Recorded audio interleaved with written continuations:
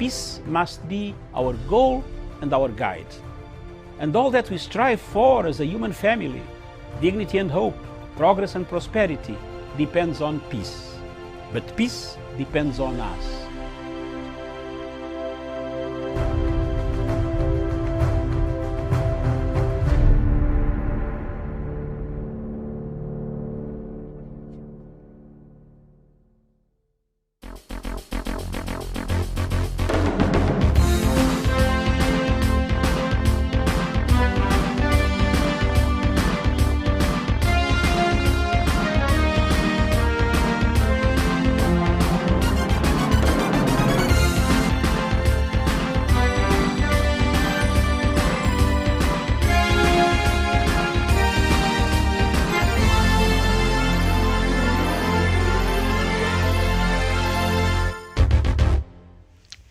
Good morning, and thank you so much for being with us. This is Good Morning Africa. My name is Miriam Mugutu, and we're coming to you from Kenya's capital here in Nairobi. It is the 25th of August, 2021. Just a few minutes, about 6 minutes past 9 a.m. Thank you so much. And so we'll just, go through the headlines, and then I'll bring in my panelists. And on the Star this morning, the main headline is revealed how KPLC got into 120 billion Kenya shillings debt, and then Ministry of Health intensifies the COVID jab drive. And just up there, Uhuru and Ruto in bare knuckle combat. DP says he won't resign. And also just down there, English and Kiswahili lose teaching hours to CBC. That is according to a report. And Bishop to former lover, 2-year-old needs no Wi-Fi. All right, there you go. So, Bishop, I think David Murithi says a 2-year-old does not need Wi-Fi, as claimed by a woman seeking child support. He was responding to a petition against him. The story is on page 3, if you're interested, of the Star newspaper. And then we turn our attention to the Daily Nation, and the main headline, gloves off on resignation. DP has vowed to stay put, saying he has a mission and vision for hustlers. And on succession, President is cobbling up a unity alliance to run against his deputy. And on 2022 polls, head of state has ruled out postponement, but questions abound. Behind the scenes report on Uhuru State interview with editors. So the story is on page 4, 5, 6, 7 of the Daily Nation, of that interview that President Uhuru Kenyatta had with the editors of the leading media houses here in the country. And just beside the main story there, police hunt down more suspects in Coast terror plot. And then Team Kenya starts Tokyo medal hunt. The Tokyo 2022 Paralympic Games finally get underway today, after a colorful opening ceremony at the Tokyo National Stadium. The story is on page 45 to 47 of the Daily Nation on the sport page. And then Zambia, Uhuru and Raila attend Hichilema inauguration feat. And then don't touch that M-Pesa deposit, while temptation to keep money from a stranger may be strong. Doing so could land you in jail. So that is what we have on the front page of the Daily Nation, the Standard newspaper. The main headline: Uhuru, the problem with my deputy. For the first time after the BBI judgment, the president speaks on the lost constitutional moment, why DP Ruto should consider quitting the IBC, and a talk on postponement of next year's general election. The story is on page 6, 7 and 8 of the Standard newspaper. And just down there, as DP fires back, no retreat and no surrender. Faced with calls to resign if he no longer agrees with Uhuru's agenda, DP vows to stay put, adding he will not be cowed by threats from some state officials out to frustrate a bottom-up model. The story is on page 8 of the Standard newspaper. All right, and how donkeys complicate war on terror. The story is on page 14 and 15. That seems like a very interesting read. I'll get on it perhaps much later.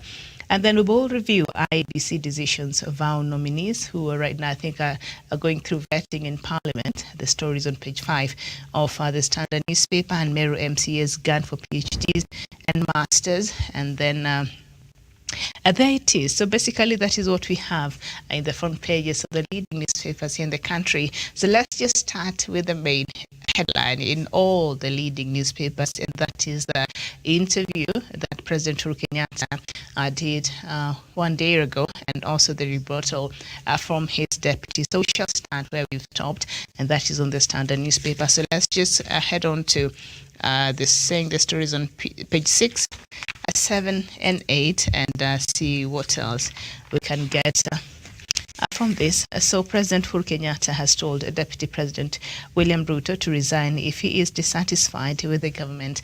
In an interview with senior editors at State House, Nairobi on Monday, the head of state criticized his deputy for opposing a government he is part of, saying he was confusing his electorate. So let's just start from there, Samuel Tawish. I don't know if you're able to watch that interview. I think Citizen TV replayed it yesterday, and President asking, his deputy to resign if he does not agree with the government he's serving in. What's your thoughts on that? Very well. Thank you so much. Thank you so much, Miriam Ogutu, and of course, everyone who is watching this program in Kenya, Africa, and the rest of the world. It's a great honor to be part of the Good Morning Africa program this morning. Indeed, Miriam, I've had the privilege to go through the newspaper headlines, of course, extensively. I've had an opportunity to read the newspapers. But again, also I had the opportunity really to listen into President Uhuru Kenyatta's, of course, interview that he had with Kenya's main editors. But Miriam, I think it is apparent that the relationship between the President Uhuru Kenyatta and his deputy, William Ruto, has hit a dead end. And it's no retreat, no surrender, just like Deputy President William Ruto has put it. And I think often we have put it outright that it's time probably President Uhuru Kenyatta's side of the divide should as well consider to remove the gloves because, again, as it is, Deputy President William Ruto appears not to relent in his, of course, bid to undermine and continually blackmail President Uhuru Kenyatta. I even saw yesterday when he was attending, I think, a burial event, was it in Taita Taveta County, he came out and said it is no retreat, no surrender for him. He's not going to be intimidated. He's not going to resign. But at the same time, he comes out and belittles and undermines the same government he's serving in. So he's a person who is, I would say, is lukewarm, if I should put it that way. He doesn't want to be hot, neither cold.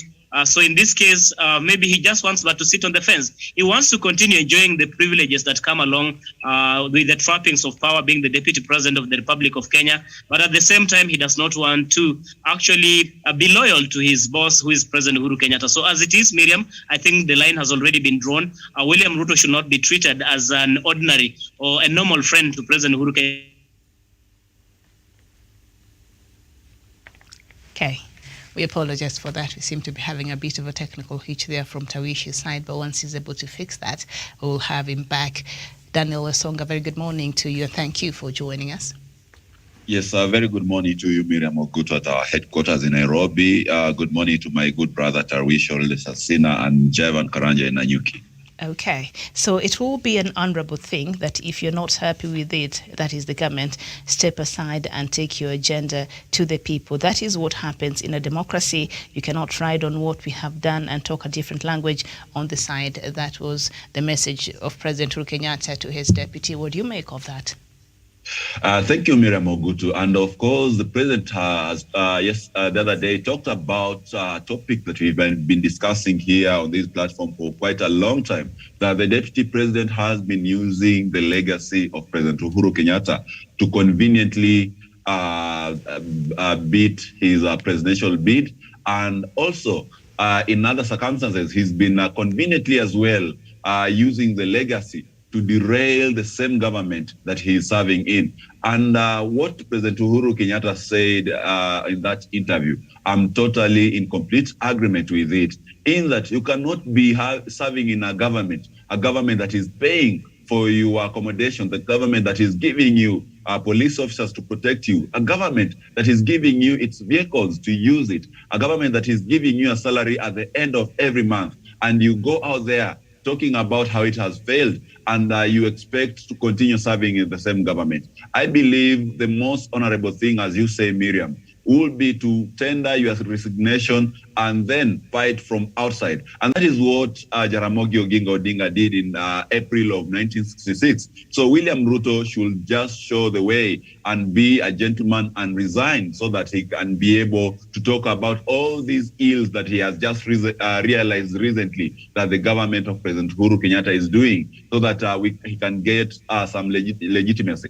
Unfortunately, Miriam, William Ruto has never pronounced himself on the things that he talks about. He has never been a pro-democracy individual. He has never been a pro-reformist individual. And whatever he's doing right now is because circumstances has put him in the side of the people who are fighting for reforms and democracy. And soon, if those people who think that supporting William Ruto will maybe enable them to build an utopian progressive government or maybe society, they will be in for a rude shock. God forbid if William Ruto was to take the mantle of leadership, Miriam, he will turn within overnight, and he will be a very, very brutal and a very, very brutal leader. And I believe that will be the government maybe similar to what we had some years back during the Nyaya era. We do not forget that even as he says that it took them 30 years to build a progressive society, a society which people can express themselves free, where we have an independent judiciary today,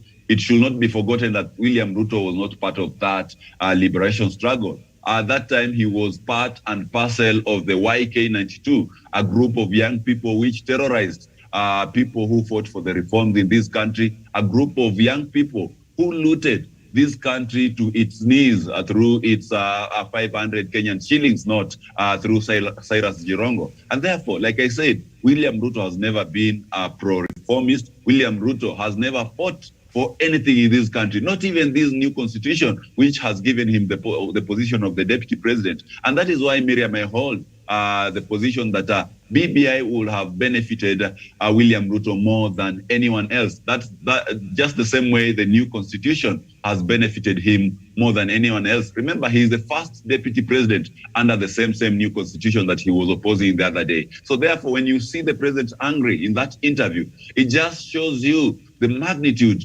of frustration he has undergone under his own deputy president. These are rogue deputy president, Miriam. And I think it is high time the president's allies and the allies of the former Prime Minister Raila Odinga went into parliament and came up with punitive measures to ensure that some of the allies of the deputy president who are still in government, people who are still aiding him to have that bravado and hubris that we are seeing, are ejected out of government. For now, I think even maybe making him to resign will give him a bit of political mileage and sympathy. The thing is, let all his allies who are in government be sent packing so that the president can get on board people who will assist him finish his term with a good gusto, and people who will assist the president finalize his legacy projects, and as well also plan with on the 2022 succession politics. I submit, Miriam. Okay, thank you. And in that interview, a couple of things came out. Of course, we'll get to the part where President Uhuru Kenyatta reiterated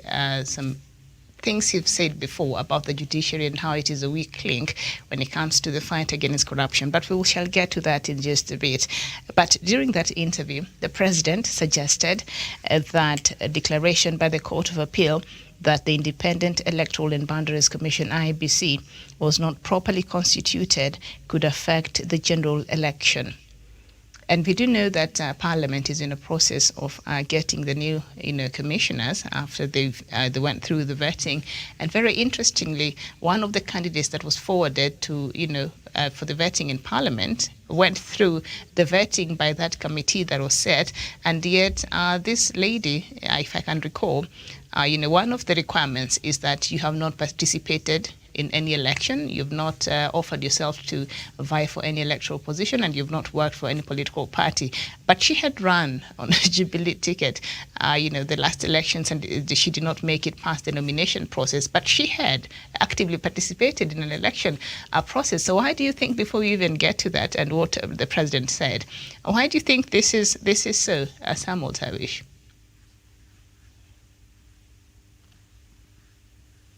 Yes, Miriam, and we have Jevan Karanja. Oh, all right. Jevan, good morning. Thank you for that. Jevan, Yeah, good morning. Yes. You good can morning. attempt that question, And yes. good morning to our good morning to our viewers wherever they are catching this broadcast from. And I'm one of the guys who watched the interview of our President Uhuru Kenyatta on the national televisions in the country. And I saw a man who is very bitter, sorry for that, with his deputy. And he is really not really sure what he has to do with the deputy. And I think that is why he asking his deputy to resign if he is not satisfied with the working or what the Jubilee administration is delivering to the people of Kenya. And I think, Miriam, our constitution has some kind of a loophole, especially when it comes to the position of the deputy president, not only at the national level, but at our county government, because the constitution is not very clear on what a deputy president is supposed to be doing in office. Because in the constitution, the deputy president is the principal assistant to the president, and he acts on duties, or he works on duties that have been delegated to him by the president. Therefore, I think we need to have some specific duties as we move forward to avoid these kind of scenarios, because I think if the deputy president had some specific duties that he was carrying out, I think he should be busy doing something else rather than criticizing the government, because now he can act. One, because he was elected on a pair ticket with President Uhuru Kenyatta. I think that gives him some kind of supremacy or some kind of a front lead, because in previous government, the deputy, the vice president were appointees of the president, but this one, he was appointed by the president, but they went for an election together. Therefore, it will be quite a very tough time to try and separate the two, because they are on a pair ticket. And I think if that is the logic that the people who support the deputy president are using, because that is what they are saying, that the president and the deputy president are inseparable. Therefore, I think as we move on, we should also ensure that if this ticket is so bonded, it's kind of a metallic bonded, and it cannot be separated. I think they should also, when it comes to retirement, they should also go home as a package, because if we cannot separate them when they're in office, why should we leave one of them to continue seeking for an elective position while the other one retires? I think that these are some of the things that we need to look into and ensure that if you're elected as a pair, then you should deliver and go home when your term ends, without really having one of you being left behind to run for a political office. And I think that is what is giving this country a lot of headache, because the deputy president is much concerned with his 2022 presidential bid rather than what he needs to do, or rather than delivering on the mandate that he's supposed to deliver to the people of Kenya, and delivering on the promises that he made on Kenyans when he was running for this elective position. Therefore, these are some of the things that I feel we need to look into to avoid having rogue heads deputy president who disagree with their president, and there's nothing that will be done to them. Therefore, this is so unfortunate, but I think it also goes to the character and attribute of these leaders, because if deputy president was a man of integrity, was a man who means his word, he should have resigned way before, because he has no duties. And if the president has not delegated any duty to him, then that means that the president is not satisfied with how he is running his business. He's not satisfied with how his deputy is doing his things. Therefore, I think that points out clearly that the divorce between the president and his deputy is a reality, and they are not reading from the same script. And it's high time the deputy president, if he was like the Jaramogi Oginga of this world, he should have resigned since 2019 there. But now he wants to remain. And this is a man who has mastered the art of double standings. He wants to continue scoring, riding on the Jubilee scorecard in terms of development, where Jubilee have delivered. He wants to go there and say that this is what we have done. And the most funny thing, now the deputy president is saying the UDA party has done all what Jubilee have done. Therefore, he is a pedigree liar, and he has mastered the art of conning Kenya economically, emotionally, and sometimes even physically. Therefore, we are dealing with a very dangerous man who yesterday said that he was fighting the imperial president, and he was fighting for the multi-party democracy. For that years, Miriam, a man who can lie without blinking an eye is a very dangerous man. Therefore, as we head to 2022 general elections, it will be upon Kenyans to sit down and have a clear plan or clear goals and objectives on what they want for their countries and who will do that on their behalf. Therefore, it's high time that we start looking these leaders and trying to look at their history so that we can be able to speculate and to have a perspective on where they will take this country if they happen to get the mantle of leadership as we head to 2022 general elections and the future elections that will come after that. Thank you. Okay, thank you so much. And let me just pose that question again. The president suggested that the declaration by the Court of Appeal that the Independent Electoral and Boundaries Commission, IEBC, was not properly constituted could affect the general election. And President is quoted as saying, if indeed what the court ruled on BBI is anything to go by, in effect, the judiciary are telling us we can't have a general election because we won't have a properly constituted IEBC. So I don't want to comment on that, but let's wait and see what unfolds. But we do know that, as I said, the parliament is in the process of vetting these nominees that were forwarded to it. And so hopefully we'll have a properly constituted commission by elections next year. But we do know that the commission should be properly constituted 2 years to the election. So is that another legal battle we are likely to see there in the near future, Samuel Tawish? Yes, Miriam, Tawish seems to be out of the conversation. Maybe I could come.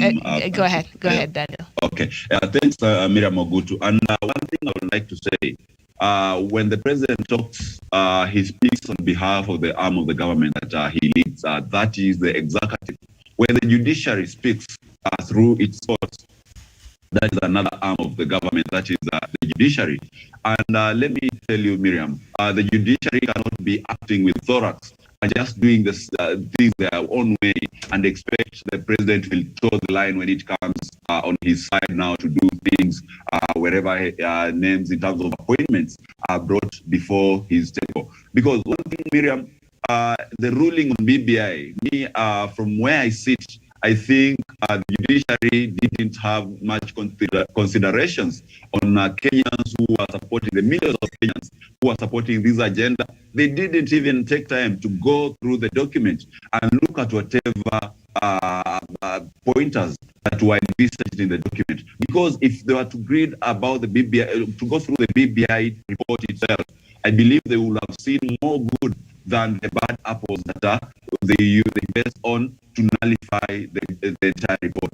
And therefore, to me, even as the president talks about the IEBC not being constitutionally, maybe being rightfully constituted to oversee a general election, that is the same thing that Dr. Masango was talking about the other day, that the same Supreme Court President, Justice Daniel Musinga, who was leading that bench of judges to rule out BBI, was elected by the IEBC itself. A number of them were elected by IEBC itself.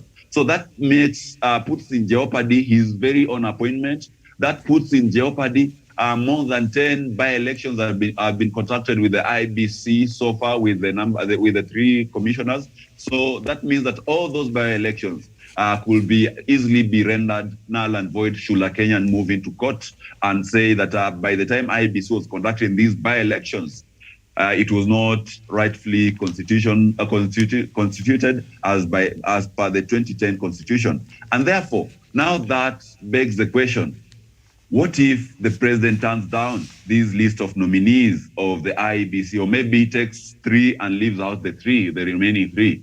The JSC will go back to the drawing board. It shall conduct another vetting process, which may take us time. And you understand that we only have some few months before we can get into the 2022 general election. So that will mean that the election will have to be postponed. And what if maybe the president also, just what if the president does not maybe approve all the nominees? It is possible, Miriam. It means that the JSC will have to go back on the drawing board once again. So therefore, even as the judiciary sabotages the other arms of government, like the executive, even as the judiciary overrules the mandate and the will of the Kenyan people, let them know that they are putting the country on a very, very dangerous pedestal. Let them know that they are pushing the country at the edge of a precipice. And if they do not in future consider the decisions they make in matters such as BBI and how this country should be governed, then they're going to be pushing us into a constitutional crisis where things might halt, might come into a grinding halt, and the country might fall into anarchy. Okay. And I truly believe, Miriam, that going forward, as the BBI Secretariat and the Attorney General have said that they are going into the Supreme Court, I believe the Supreme Court, being a court that do not only anchor, it is ruling on the Constitution and the judicial basis, but also political. I believe it will be able to examine that ruling by the High Court and the ruling by the Appellate Court, and be able to come up with a decision that might maybe favor the BBI agenda, so that this nation is able to proceed forward. As we are talking right now about the IEBC, we have not put in place electoral reforms that will ensure that we do not have in place the IEBC of 2013-2017, an IEBC that bungled a presidential election. That is a very, very rare case, Miriam, to talk about. So to me, I think we need BBI more than anything else. We cannot go to the next general election without having reforms in IEBC, without having people like Wafula Chebukati leaving the commission. Because as per the Supreme Court ruling of 2017, the IEBC is a crime scene. They were told to open the servers. They were given a number of directives by the court, which they have not been able to comply with. They were told of the misdeeds that were done by their officers. These officers have not been sacked. The officers have not been prosecuted by the same courts that annulled BBI. And therefore, we have a lot of anarchy in the courts. We have a lot of anarchy in IEBC, and therefore we cannot continue that way, Miriam. We need reforms. We need to clean our judiciary. And above all, Miriam, the people of Kenya need the return of BBI so that we can be able to talk about our future. We can be able to fix our institutions of electoral institutions. We can be able even to fix our own prosperity. I submit. Okay.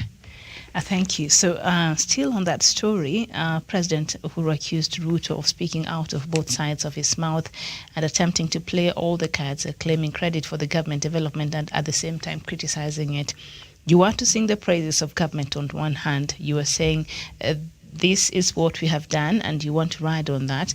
But on the other side of your mouth, you're talking another language, said Uhuru. And of course, the Deputy President, William Ruto, did not waste any time. And this is what part of his response yesterday. I'll turn on now to the story on page 5 of the Daily Nation. Defiant Ruto says he won't quit.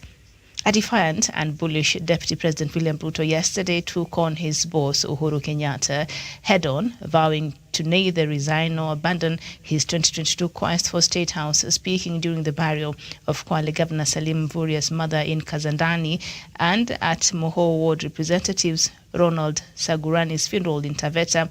DP Ruto asked Mr. Kenyatta and allies to stop what he termed as contempt. Interesting.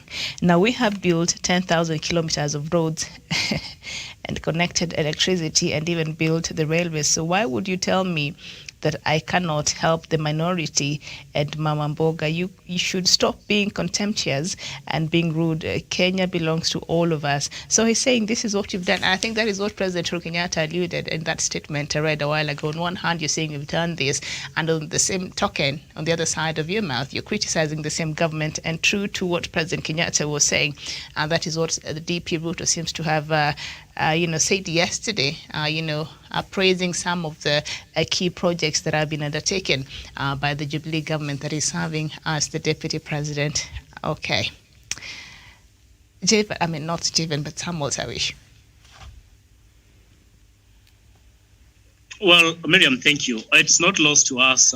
It's not lost to Kenyans that Deputy President William Ruto is a master of double speak.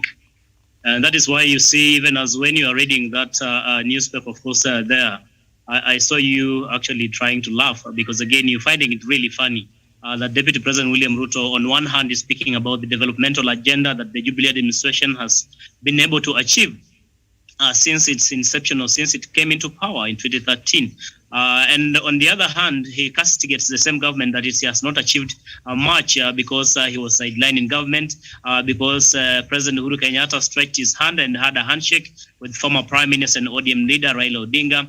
In itself, I think the conclusion I can quite draw from Deputy President William Ruto's, of course, remarks is that he's a person who believes that right things only happen when he is involved.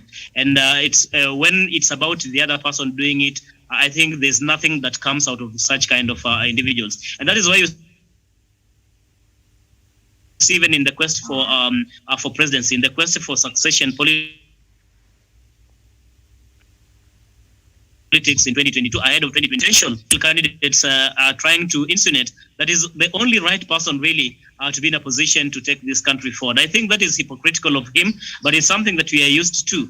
It is time that he should walk the talk. If at all he doesn't want to, if at all he wants to take credit of what the government has achieved, then in equal measure, he should take the criticism of government failure. He cannot be selective and say, this is what the government has achieved, but on the other hand, says that nothing has been achieved, and therefore is the person who is going to correct the errors or the mistake that this administration has really made for the past almost 10 years, Miriam. Therefore, in itself, Miriam, I do not really see William Ruto coming out as a person who can be trusted to steer this country to the next level, simply because he has proved to be a liar. He's proved to be a person who speaks from both sides of his lips, a person who cannot walk the talk. How can we trust such kind of a person with presidency? In itself, essentially, Miriam, what I'm trying to say is that Kenyans need to interrogate. Kenyans need to look critically onto the person who is going to succeed President Uhuru Kenyatta, because ultimately, if they make a mistake, they are going to regret the rest of their lives if they do not make the right choice through the ballot. I submit, Miriam. Okay, thank you. And of course, on being asked to quit, the DP is quoted as saying, I don't have the luxury to surrender because I am a man on a mission to ensure that the jobless, those who are running small businesses and farmers who are struggling become part of this nation. And so what are you hearing him to be saying, Jevan Karanja?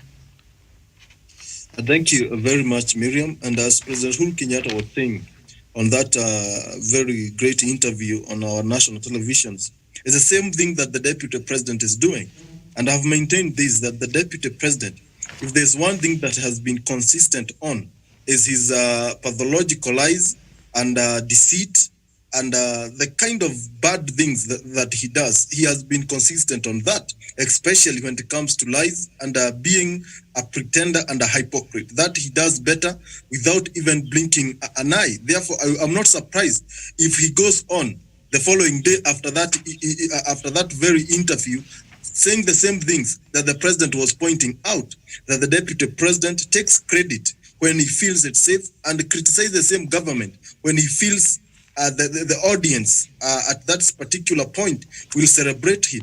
Therefore, and I think we don't have two Jubilee administrations as we speak. We only have one Jubilee administration led by President Uhuru Kenyatta and his deputy William Ruto. Therefore, if the Jubilee government has failed, Miriam, we will not blame one of them or one and leave the other one out.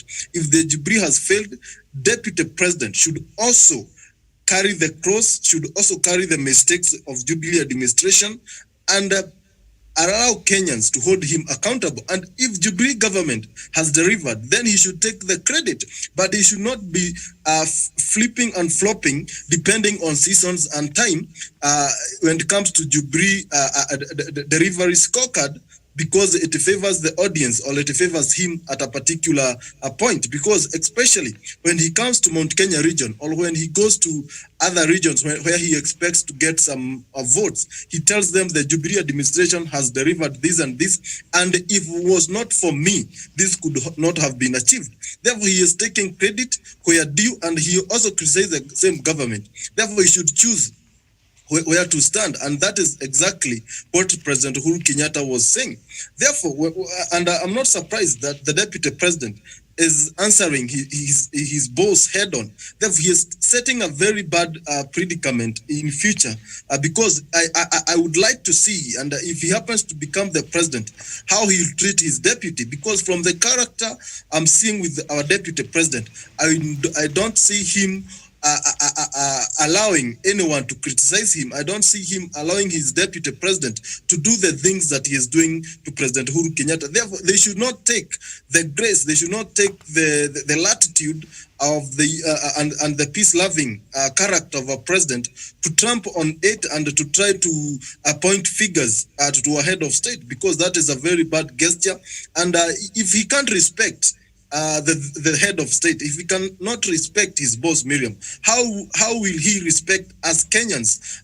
And that is a very good question that we need to ask ourselves, because a man is known by his characters, and if there's something that we cannot leave behind ourselves, we cannot leave behind, is our character. Our character goes with us everywhere we go. Therefore, if that is the character of the deputy president, even if he becomes the president, he will not change.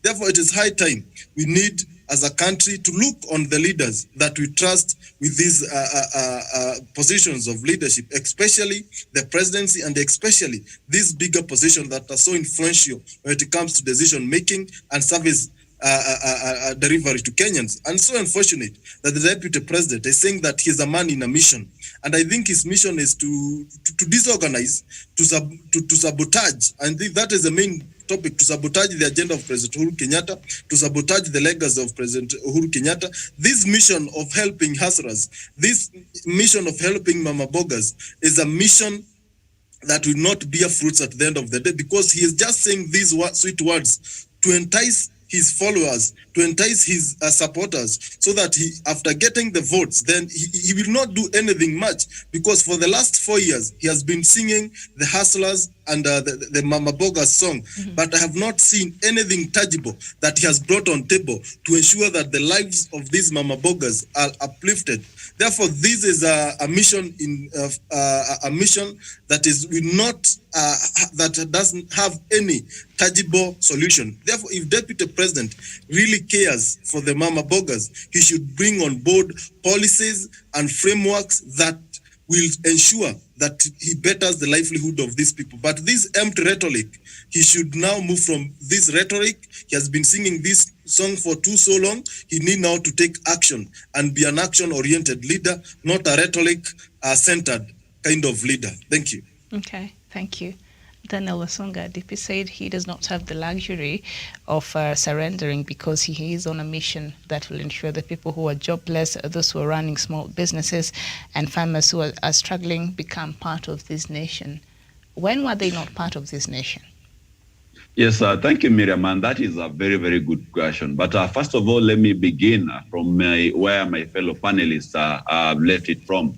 I would like to unequivocally say that William Ruto is the biggest ghost worker that we currently have in government. And the reason why you see him always holding the delegations in Karen, even on a Monday, it is because he doesn't have work to do. And when he talks about a mission that they have to elevate the lives of millions of hustlers around the country, Miriam, I'll tell you that that is just but a bag of air. If there is anything that William Ruto is doing currently that actually we are feeling its impact, then it is the sabotage on President Uhuru Kenyatta's Big Four agenda, because they have been moving around the country, talking in barazas and in funerals, derailing and besmirching the legacy of the president, the projects that the president is doing. And that is why the other day the president talked about him talking from the two sides of his mouth. That one, he has been able to achieve it.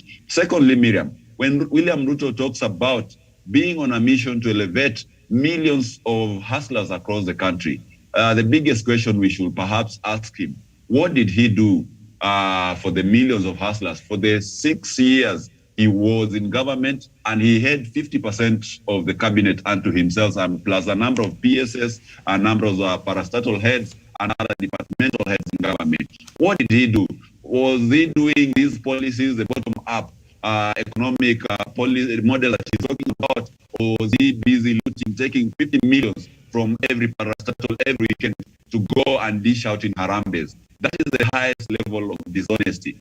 And like we have always reiterated, if William Ruto feels that he is uncomfortable in this government, if William Ruto feels that his duties have been taken away and been given to someone else, be it Matiang'i or Raila Odinga, the most honorable thing for him to do is to resign and is to tender his resignation and resign from government. But however, as it may be, Miriam, William Ruto is a very cunning politician. He knows the power of incumbency, the advantage the incumbency will give him to his 2022 presidential bid.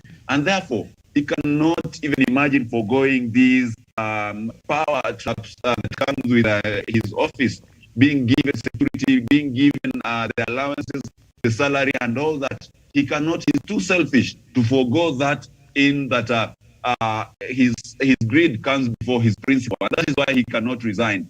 But if he were a very principled politician, the stature that he tries to portray, then he would have resigned like yesterday. But since his greed cannot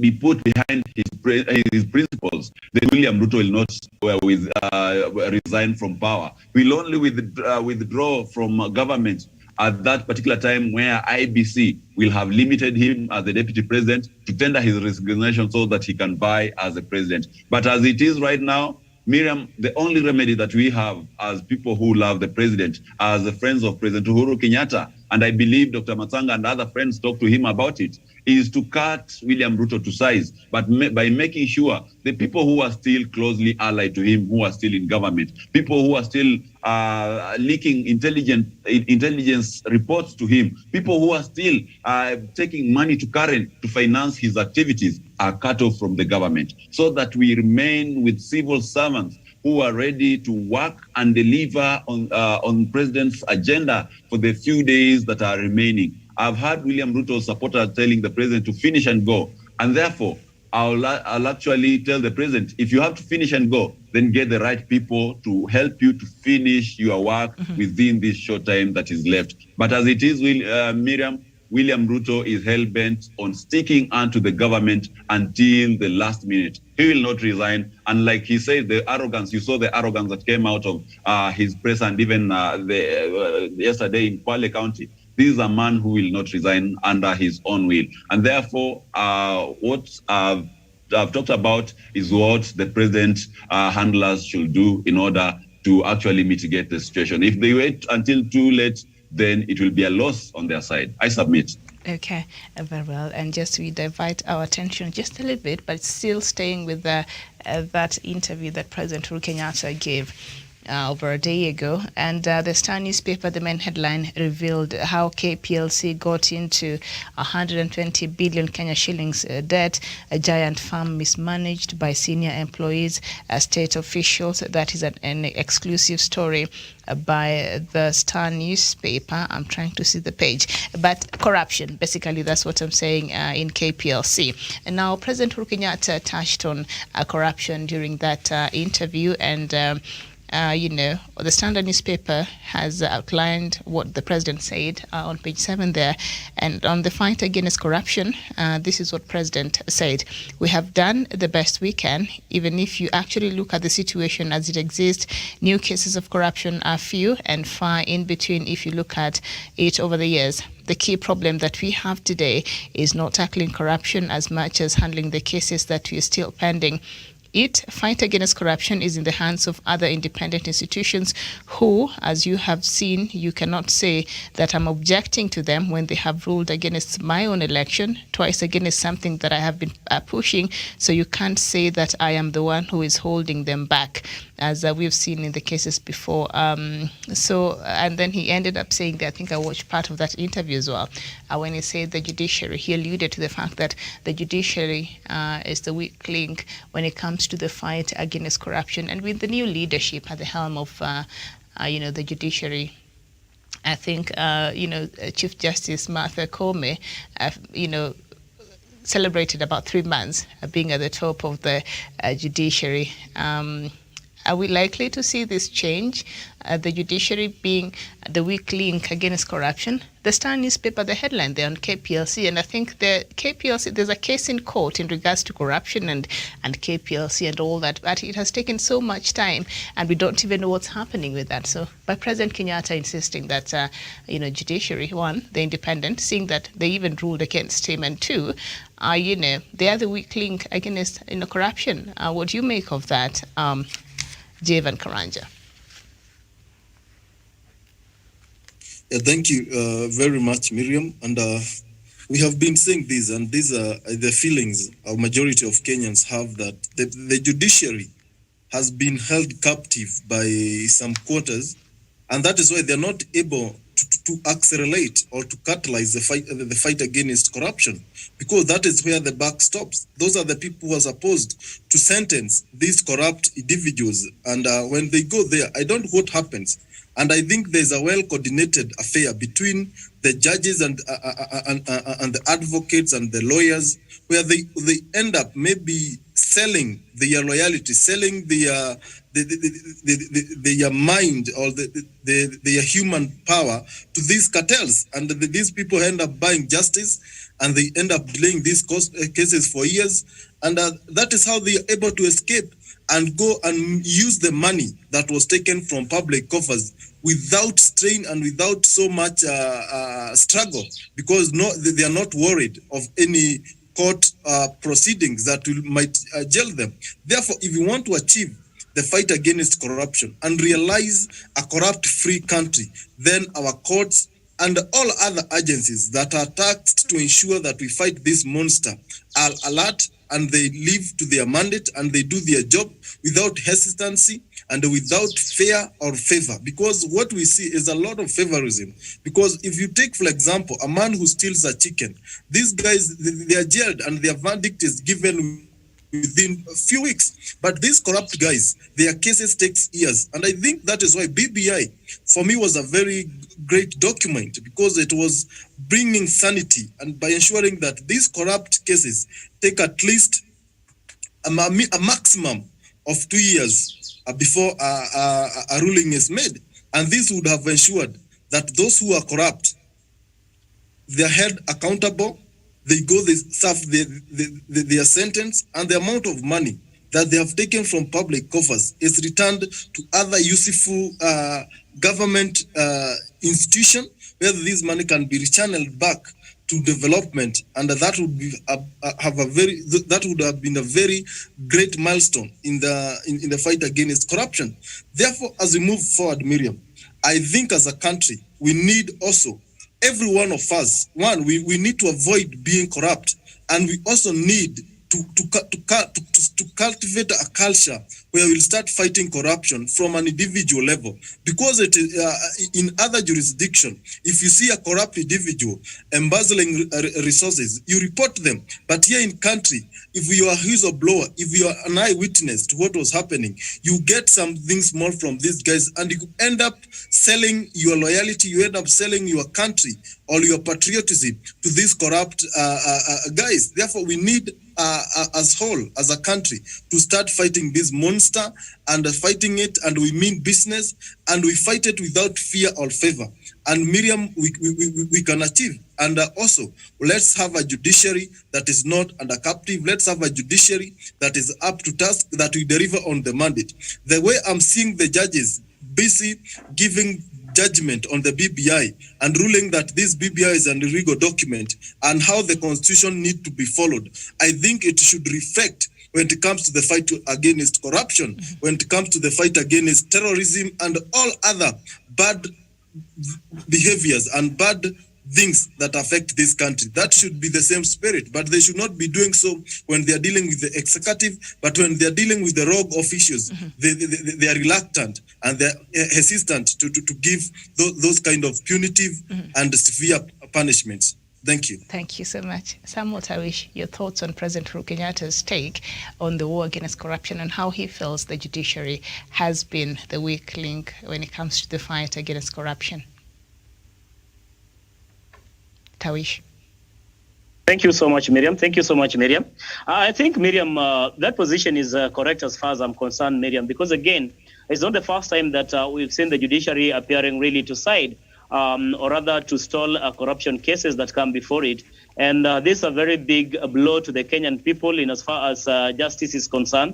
Because again, they say justice delayed is justice denied. And therefore, many times when you see the courts or the justice system being compromised, then it is a very big loss for the ordinary Mwananchi who pay taxes and who, in the end, really expect the results or the services to come from the judiciary. So in this case, Miriam, I think it's a very big blow to the people of Kenya. But again, like you asked Miriam earlier, really, do we still have hope that probably there's something that is going to change in this particular judiciary? In as far as the fight against corruption is concerned, is it going really to reform? What I believe, Miriam, is that a reform process is not really an event. It's not a one-day event. It's something that is going to take time for us to have a completely reformed judiciary, one which really is going to serve for the best interest of the ordinary Mwananchi or for the best interest of the people of Kenya. But as it is today, I think we are still very far in achieving that dream of a free judiciary, a judiciary that is fair, a judiciary that can be relied really to dispense justice without coercion, without intimidation, without threats, or without being compromised. Because today, when you look into even the BBI ruling as we speak today, most people have really read mischief and malice out of this ruling. It is like it was more anchored on politics than really what the Constitution dictates in as far as the change of the Constitution is concerned. And that is why you see everybody, learned lawyers and people across board really having this kind of, I would say, a misgiving about the impartiality of the judiciary that we have today, and more so the individuals that are in that particular judiciary. And we had hoped heavily as the people of Kenya that with the coming in of the new Chief Justice, Martha Koome, that perhaps things were going to corruption, still hope that this is going to be a process and we can continually but push for reforms in the judiciary, Miriam. So my hope is it's not going to be a one-day event, Miriam. I submit. Very well, thank you. Jeevan Karanja ended for us, and still on the same question of President Kenyatta's sentiments over judiciary and how he feels they've been handling issues related to corruption. And also, I think what he reiterated there very important, that the days where judiciary was thought to be on the beck and call of the executive is over, because they are making even rulings that are against the government itself. Karanja. Yes, Miriam, maybe I could come in. Yes, but I want us to answer. Hold on, Karanja, can you hear me? All right, then perhaps. Yes. Go ahead. Yes, go ahead. I can hear you. Yeah, you want to make me to make my final submission on the issue of judiciary? Yes, to actually end the show for us because our time is gone. Oh, okay, thank you. And I will say that the judiciary need to be alert, and the judiciary need to some kind of reshuffle and streamlining so that they can lift their mandate and ensure that they deliver justice to all Kenyans without delay. And they should not just look at loopholes where they can fight some supremacy battles with the executive and the legislative arm of the government, but they should focus on ensuring that they deliver justice to all. And most importantly, when it comes to the fight against corruption, the judiciary should come out clearly and ensure that they give verdicts, they give rulings that will ensure those who have committed economic crimes serve severe jail sentences, and they suffer severely, so that we can have some kind of deterrent measures that will serve an example that engaging in corruption, the judiciary will not be lenient on you and will suffer severely. And Miriam, maybe that will go a long way in ensuring that we fight this monster and we fight it and we eradicate corruption. Or even if it's not eradicating it, we reduce it to some kind of manageable levels. I submit. All right. Thank you. Daniel Wasonga, you wanted to say something, maybe quickly, a minute or so. Yes, I will say, Miriam, that our judiciary, over the years of never being accountable to anyone, it has turned out to be a sanctuary of evil, and it's the biggest corruption enterprise in the country. You will be surprised by the massive corruption that is always goes under those judicial chambers. And that is the very reason why, Miriam, the question of whether or not to have a judiciary ombudsman in the BPI report could have been the main basis as to why those judges in the High Court and the Appeal Court actually dismissed the report. That is my take. All right, thank you. And that is where we end our show this morning. We shall be back the top of the hour in a minute's time with the editor's memo. Dr. Masanga shall be leading us on the show, so don't go too far. Thank you, Daniel Wasonga. Thank you, Samuel Tawish and Jevan Karanja. We shall be back in a few minutes. My name is Miriam Mugutu. This has been Good Morning Africa. Good morning.